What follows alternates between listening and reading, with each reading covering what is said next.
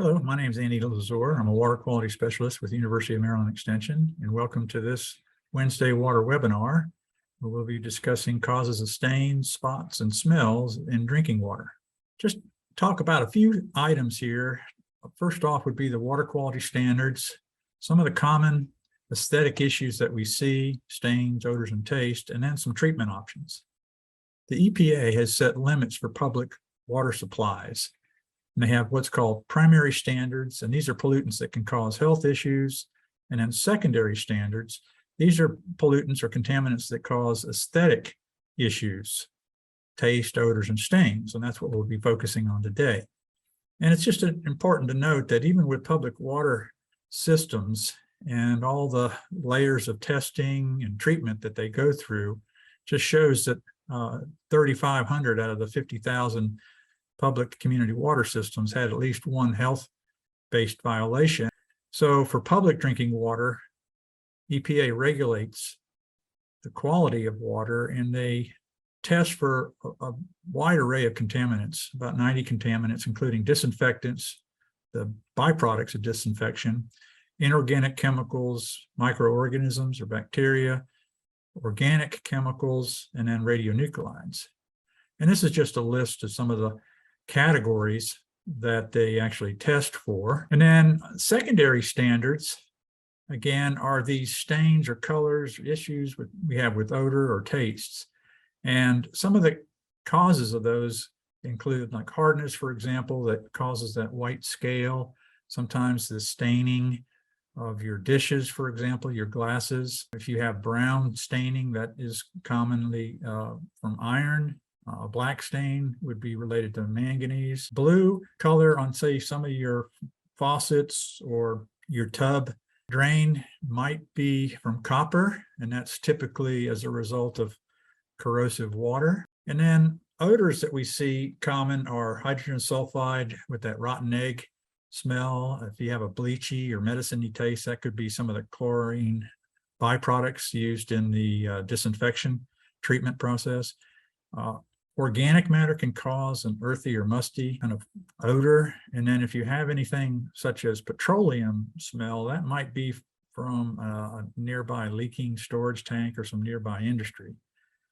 And then some of those things that cause odors can also impact taste. And then another taste that we see is salty, and that would be if you have a high concentration of total dissolved solids or you have elevated chlorides.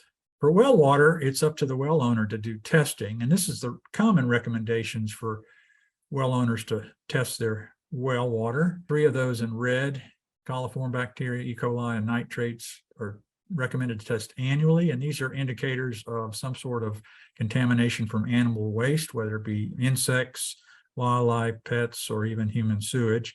And other contaminants to test for, you can see here, pH, chloride, lead, copper, manganese, hardness. That's one of the issues I mentioned earlier that causes some scaling. And then total dissolved solids, sulfates. And then if you, depending upon where you live, there may be some other contaminants, naturally occurring contaminants such as arsenic and radium. And you can check with your local health department on that. But again, if you're having some issues with either odor, taste, and stainage, then you can also test for some of the parameters that I already mentioned. An example of this would be iron. You can see the rust stain here on the left.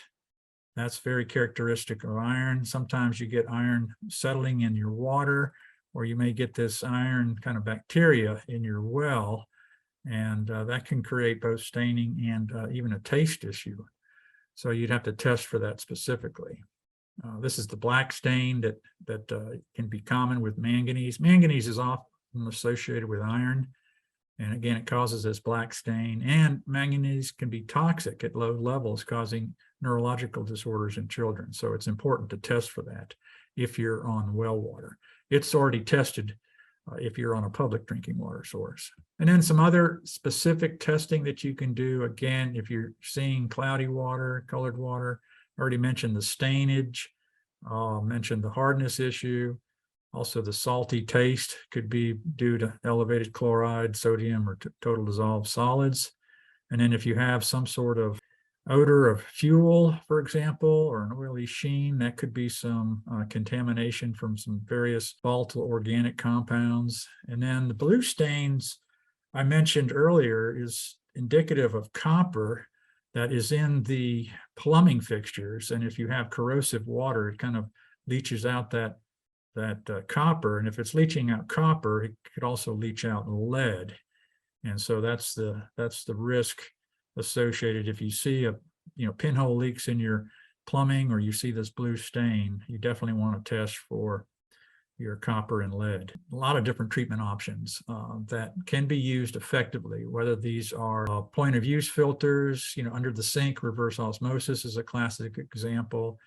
Even refrigerator filters may be able to remove some of the aesthetic issues, as well as the faucet filters. Just depends upon what the contaminant is, but it's always good to test first to know what you're dealing with before you buy a filter, because that way you can be assured that what you buy is actually going to work for you and take care of the issue. An important note to make when looking at filters is be sure that they've been certified.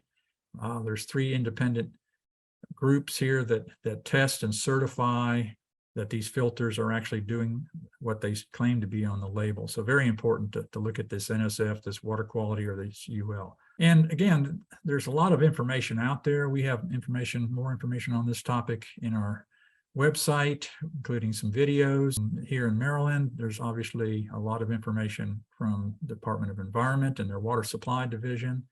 There's also what's called consumer confidence reports. So if you're on a public water supply, they are required to provide residents, customers, with an annual water quality report. And those are what's called consumer confidence reports. And so you can access those. And then the EPA has a wealth of information on water quality as well. So thank you for your time today.